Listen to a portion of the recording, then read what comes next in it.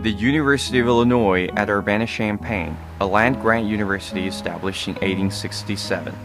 It hosts the largest group of international students among American public universities and the largest number of Chinese students at any university in the United States, more than 4,500.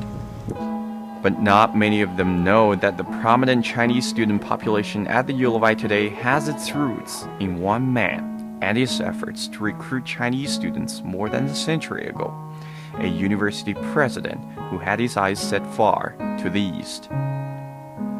Originally named Illinois Industrial University, Illinois was founded and organized as the West Point for the working world. The name was changed to University of Illinois 8 years later in 1875, but the university would continue struggling to find its identity through the next 30 years. From 1868 down to 1904, it's to a large extent an engineering college, largely male, largely engineering. By 1892 or 3, the Board of Trustees said, look, we've got to open these subject matter up. We've got to attract more liberal arts students, more females, so that we have to get a new president in order to do that. In 1904, Edmund Jane James became president of the University of Illinois. Born to a Methodist family in Jacksonville, Illinois, James had received the finest education possible: Northwestern University, Harvard, and eventually a doctoral degree in political economy from the University of Halle in Germany. And James has this notion of what a university can be. And here is this a university that's founded downstate in a rural area. Transportation is not very good here at the time. People say, how can you make a university there? His answer is, how could you make a university in Cambridge or Oxford when they were small towns in the early days? The small college campus thrived during the James era. He took advantage of his reputation in academia to attract young talented faculty to Illinois campus, and he used political influence to secure more funds and win new appropriations from the state legislature. He initiated the building of what later would become one of the largest public university libraries in the world. While achieving all this, his eyes aimed beyond the American borders to the Orient, where an old dynasty was struggling to find its soul. During that time, China was still under the rule of the Qing monarchy. Since the defeat by the British in the Opium War in 1840, the Qing government had been looking to the West to revive the country. A series of attempts include Western-style political reforms and sending students abroad to learn science and technology. But these efforts failed to change China's inferior position in the world. More and more Western countries joined the British in signing unfair trade agreements with the Qing government. As a result, in the last few years of the 19th century, some rebels from the grassroots began taking a radical approach. Their hope was to eradicate the foreign influence and interest in China through mob force. They called themselves the Boxers. And you have the 1900 Boxer Uprising. Empress Dowager support the Boxers and then encourage them to attack foreigners, attack missionaries. And then, of course, the result was the defeat of China by the Allied forces. And then the Qing government signed this treaty. The Boxer Protocol, signed in September 1901, was the devastating agreement between China and the Eight-Nation Alliance, including the United States.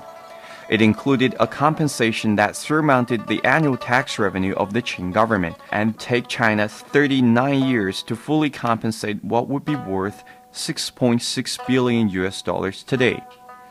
In those days, Japan was the major destination for Chinese students to study abroad.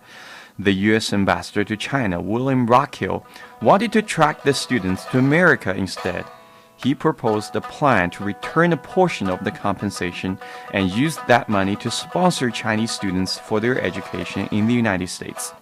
Edmund James shared that vision, and he was among the most active voices in such a cause. James is very eager to get Chinese students to come here, and they do. During the summer of 1905, James wrote a letter to Theodore Roosevelt, then President of the United States. The letter included a memorandum titled Concerning the Sending of an Education Commission to China, in which James laid out his vision on the significance of educating the Chinese. But the climax of his advocacy came with the visit of a Chinese diplomat to the U of I campus. U of I is one of the first university ever in the U.S. have a commencement speaker from the Chinese officials. On June 9, 1908, the Chinese minister to the United States, Wu Tingfang, traveled from Washington, D.C. to Urbana-Champaign. President James invited him to receive an honorary degree from the university and to deliver a commencement speech. Wu's address was titled, Why China and America Should Be Friends. By the time Minister Wu visited the University of Illinois, the United States Congress had already passed a joint resolution to provide for the remission of a portion of Chinese indemnity. Wu's visit strengthened the role the University of Illinois would play in carrying out the education plan. In correspondence later that year, James extended a cordial welcome from any Chinese student who may desire to pursue their studies in the University of Illinois, and the minister wrote back, I will not forget your university when the question of the distribution of students is considered, and I will let you know the names and addresses of the men who are to be entrusted with the execution of the plan. Yours truly, Wu Tingfang. James's efforts eventually paid off. On December 28, 1908, President Roosevelt signed an executive order to put the congressional resolution into practice. Starting in 1909, the University of Illinois began to receive Chinese students sent by the Xing government. And for 3 years before the collapse of the Qing court, Illinois hosted 1 in every 3 Chinese students in American universities. And they continue coming here after the 1912 revolution that toppled the Qing court and established the Republic of China. During James's presidency, the U of I received between 20 and 33% of all Chinese students in American universities. In China, there have been graduates of the University of Illinois who have some sort of identity. They know that they had a good experience here. They learned things that were influential to their career and in helping China develop in the ways it ought to be developing.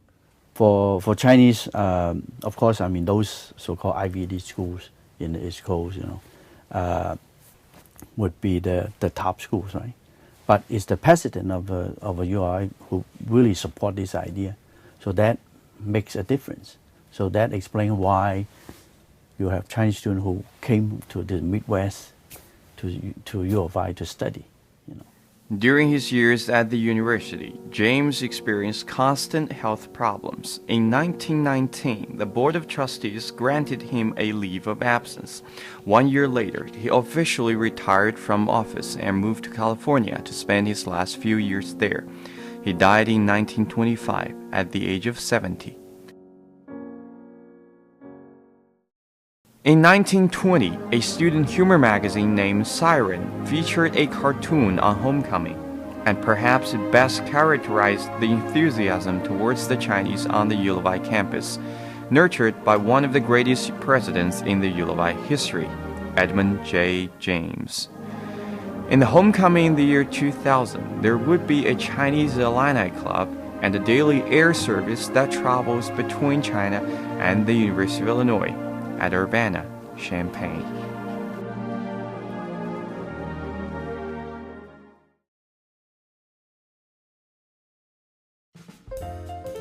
By the time that James retired in 1920, 68 students from China were enrolled by the university, making it the largest international student body on the U of I campus. Many of those early Chinese alumni achieved great things when they returned to China. Among them were C.C. Wang, the first Chinese PhD from the university in 1911, who later became a railway official in the Republic government, and T. Chuan, the first Western-trained Chinese architect who graduated in 1913. Chuan later went back to China as a lecturer at Tsinghua University. He helped design the campus there, and that explains why the auditorium of Tsinghua and its surroundings bear a striking resemblance to the Follinger Auditorium and the Quad. But perhaps no other Illinois graduate holds a better name in China than Zhuo, the father of Chinese meteorology. Zhuo, a famous scientist who came here and actually came to U of I and got a Bachelor of Science, and then he returned and become a very famous leader, a leading scientist. Chu was among the second group of Chinese students who received the Boxer Indemnity Scholarship. Of the 70 students selected in 1910, Chu and 5 others came to the University of Illinois. He was enrolled in the College of Agriculture. He was a member of the Cosmopolitan Club at the university and lived in the club's residence hall. Founded in 1907, the Cosmopolitan Club was home to foreign students from various countries, including China. Chu graduated with the Bachelor of Science degree in 1913. He went on to pursue a PhD in meteorology at Harvard University and spent 5 years in Cambridge, Massachusetts before he returned to China in 1918. Chu's greatest academic achievement was establishing modern meteorology in China. He had taught in several universities and led the Chinese Institute of Meteorology. In 1936, he took the job as president of Zhejiang University. During the next 13 years as president, Zhuo led Zhejiang University from devastation by the Sino-Japanese War that broke out in 1937 and helped to maintain its name as one of the most prominent universities in China. It was the pinnacle of his career, and for that he was respected as an excellent educator as well as a scientist. Chu made his return to Illinois while serving as president of Zhejiang University. In 1947, he was invited to attend the inauguration ceremony for George Stoddard, the 10th president at the U of I. It was Chu's only time on campus after graduation. He passed away in 1974.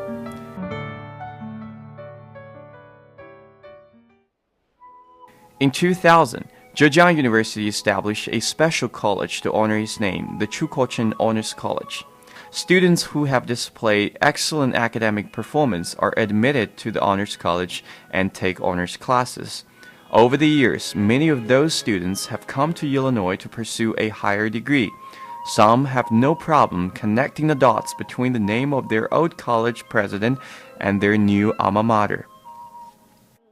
I scanned on the website and I found he is in one of the most famous alumni of UIUC. So I was shocked, you know. Xuan Liu is a Zhuo Honors College graduate and now a second-year graduate student at the U of I, majoring in mechanical engineering. She came to the campus here in 2012 along with several other students from the Zhuo Honors College. They're all part of a joint program that grants students a bachelor's degree from Zhejiang University and then a master's degree from the U of I.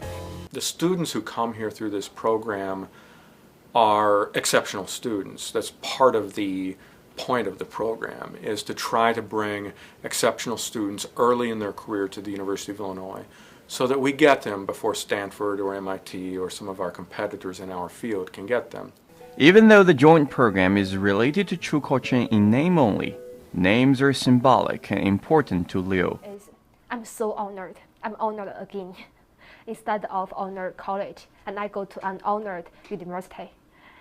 And the second thing is, you know, Zhuo is a very great scientist and he's a very great person. And I just want to be like him and trying to study his spirit and trying to be as good as him to make Zhejiang University be proud of me and also to make UIUC be proud of me. Yeah. Edmund James' policy established at the start of the 20th century had a long-term effect. By the 1950s, Illinois was still among the top 5 American colleges and universities granting degrees to Chinese students, along with Harvard, MIT, Columbia, and the University of Michigan. In 1948, Illinois received another distinguished scholar from China, world-renowned professor Hua Luogeng, a household name in his home country. He, I think it's fair to say, China was the best known person in number theory, in any mathematics, for a very long time. Since when I was a child in the school in China, I know Hua Legeng was visiting the U.S., have some position at some university. Then I was very surprised to find out it's here at University of Illinois. Born in 1910, Hua never received a formal higher education. He dropped out of high school and taught himself mathematics on a college level. In 1930, 20-year-old Hua Legeng published 2 groundbreaking papers that caught the attention of academia, and he was offered a special assistantship in the mathematics department at the prestigious Tsinghua University. He started as an assistant, then became a lecturer in 1935. 5 years at Tsinghua allowed Hua to make some major breakthroughs in his research and to claim attention from the international mathematics world. In 1948, after spending 2 years at Princeton University, Hua took a job offer as a visiting professor at the University of Illinois and came here at the peak of his academic career. Unfortunately, his stay at Illinois was brief. He had brought his wife and 3 children here and had settled for a peaceful family life in Urbana. But after the founding of People's Republic of China in 1949, Hua made his mind to leave the United States and return to his home country. The university tried to persuade him to stay, but he was determined. I believe that time he really wanted to return his home country and make a contribution to the country. Friends, other people's garden may be wonderful, but they're not home, so do come back. An open letter written on the return journey to China, February 1950, Hua Legeng. During the next 30 years, Hua would almost disappear from the international mathematical community. He surely had his day in China, honored as a hero when he returned. But like many other intellectuals, he suffered during the Cultural Revolution. His manuscripts were confiscated and burned by the Red Guards, and instead of doing mathematical research, Hua had to travel around the country to guide factory workers and peasants in their labor. It was something that made Hua a household name, a scientist of the people.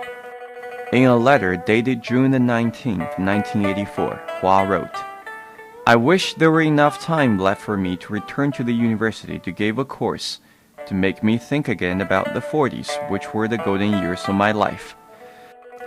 When that chaotic era ended in China in 1979, he finally had the opportunity to return to the international mathematics community. His name was still well respected. Hua made his return to Illinois to receive an honorary doctoral degree from the university. Professor Heine Halberstein was a longtime friend of Hua, and he invited Hua for a dinner at his home. I worked in Nottingham at that time, a city in England, Nottingham. He visited me there, and then he visited me here. So ever since we first met, we've met at reasonably regular intervals whilst he was alive. He was a very nice man. And he came here to Champaign, Urbana, when it was the degree ceremony time, and so I was designated to drive him to the ceremony, and his daughter-in-law and his assistant, because my husband was part of the ceremony himself in his cap and gown and so on. It's a very big occasion here, and it was very pleasant. He was such a nice man, and I can't remember very much about it. I do remember that he was in a wheelchair, actually. Hua was very ill by that time, but he insisted on making the journey. A year later, in 1985, Hua suffered a sudden heart attack at the end of a lecture he gave in Tokyo and passed away.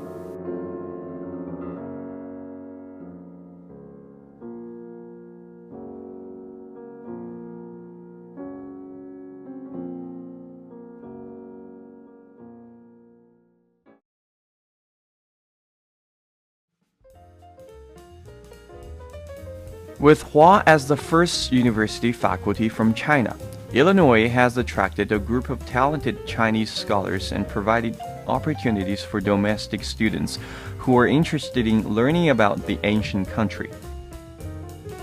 Gary Xu is a professor in Chinese studies.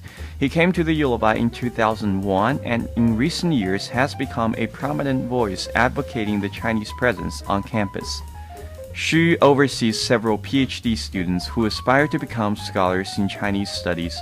Don McLawhorn, an MD and PhD student originally from Florida, tries to merge both of his academic interests in medicine and in China.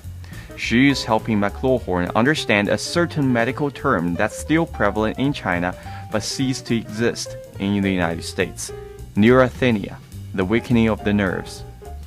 So when Don approached me to talk to me about his medical background, I was fascinated. He wanted to know one thing in particular, that is the psychiatric medicine used to treat psychiatric disorder in China. And especially in one category in Chinese called 神经衰弱, the weakening of the nerves. To sum up what I'm doing with my project is trying to understand how in a realm like what we call Chinese cultural realm or Chinese cultural worlds, how do these categories enter into China? How do they become something that's known to the Chinese people? How do they show up in her cultural productions like literature and film, in home health manuals, in professional journals? It's in all these places. McLawhorn was fascinated about China when he was a child. He spent a few years studying in Taiwan, and when he returned to the United States for medical school, he only applied for one school, the University of Illinois. Why? Because only Illinois would offer an MD PhD program that allows him to learn not just about medicine, but also about China. And it's probably the only place in the country where I could study something like in the Department of East Asian Studies. Who's going to let you do such a ridiculous thing? Only here. McLawhorn's story represents the growing interest in China at Illinois, and this very interest requires the university to deal with the ever-increasing Chinese population on campus. Professor Xu used to teach EALC 275, Masterpieces of East Asian Literature. It is one of the largest courses in the Department of East Asian Languages and Cultures. About 250 students each semester read and discuss literature from East Asia. When I first taught 275, the class has about 80% white students and 20% international students. I mean, there are about 5% minority students. And now, the last time I taught it was 2 years ago. I had more than 50% international students, most of which are Chinese. When I started, your average international student was a Korean graduate student. That was your average student. Korea was our highest population. Graduate students easily outnumbered undergrads. And then, round about 2008, if you look at the numbers, it was round about then, there was a sudden, stark growth in the increase of undergraduate students, and specifically the increase in Chinese undergraduate students. And now that's become the main group, Chinese undergrads. As a group, undergraduates on the whole have overtaken graduates. That happened about 2 years ago. And Chinese students now vastly outnumber the Korean students, which wasn't the case 8 years ago. Illinois is not alone in receiving the recent huge influx of students from China. In 2013, an estimated 240,000 Chinese students made up 29% of the entire international student population in the United States. Most of them choose to major in either business, engineering, or computer science. While the reputations of those fields at the Ulabai definitely make it a popular destination for the Chinese, it is a fact that international students in America have already become a $24 billion business for the United States. The response, it's all about the money. It would be naive to say that that is not a factor. It would be very naive to say nobody looks at that, because obviously University of Illinois has a budget and the state issues have contributed to that budget being hurt, and out-of-state students, not just international, but out-of-state students pay more tuition. But to say that's the sole reason, I think does a disservice to the university and sets them up as a business rather than an educational establishment, which first and foremost this is. Such a large Chinese population at Illinois has made it easy for the students to stay in their own circle, and it hinders their chances for more integration with other students on campus. They eat in Chinese restaurants, speak Chinese all day with their friends, and tend to keep to themselves. A short film made by some Chinese students on campus last spring touched upon the difficulty of integration for them. 你要这么说起来吧，就特极端的。你说谁来美国之前，谁心里不是有一小宇宙说，哎，我到美国我就要扎根美国，是不是？你说我就跟电视剧里演着，有一堆什么狐朋狗友跟你住一块，每天英语我互相扯着蛋聊天，然后你说，可是一到美国你就发现，其实你融不进去，你还是融不进去。 对不对？就是你说到最后混来混去这么长时间，不还是咱们这么一圈人天天晚上聚着喝酒聊天吗？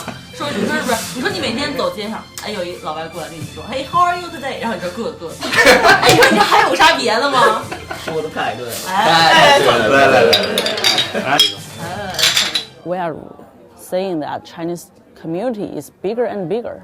We cannot, stay within this small community compared with the whole university populations. From Professor Xu's point of view, it's not only the Chinese students themselves who are to blame for not having perfect integration on campus. The university also is responsible and needs to do more. But they're not giving enough attention for very unique problems, the cultural shocks, the anxieties, the loneliness, the language deficiencies, the inability to make friends beyond the Chinese student circles. These are very important issues. There are a number of initiatives to try and fix this, but it's not a quick fix and it takes a lot of time and resources. We've created a position whose job is to specifically look at that exact issue and try and come up with ways to do it. Since August of 2013, I stepped into the role of Director for International Student Integration. The position came about because within international programs and studies, we started to realize that the growing number of international students really meant that we needed to have more staff who focused on international student issues on this campus and who could act as a liaison between different colleges and campus units who were serving international students both within the classroom and outside of the classroom. It's been more than 100 years since the University of Illinois received its first group of Chinese students in early 1900. Thanks to the insight of President Edmund James, the U of I has been a major destination for Chinese students for generations. Many Chinese alumni have gone on to become prominent figures in China. 100 years has passed. Integration is still a century-old challenge for current Chinese students on campus. But as long as they are willing to step out of their comfort zone, they eventually will find Champaign-Urbana a home away from home. If there's one advice I can provide to the students from China, that's to take initiatives. Okay, to take the ownership of this university. You have a partial ownership of this university. If you own something, you have to take care of it. You have to make it better. International students, Chinese students in particular, amaze me every single day by the way that they do adjust. There are cultural adjustment problems, no doubt, and there are language barriers. But when you consider just the sheer change in what these students are doing and the sheer change in what their situation, the fact that they are coming here and not just getting degrees, but getting great grades and succeeding, the vast majority are doing a phenomenal job, and I am constantly amazed at how well they do. I meet lots of Chinese students. Even some of them I'm not very familiar with. They are very proud to be an Illini. I don't have problem of that to recognize like I am an Illini either.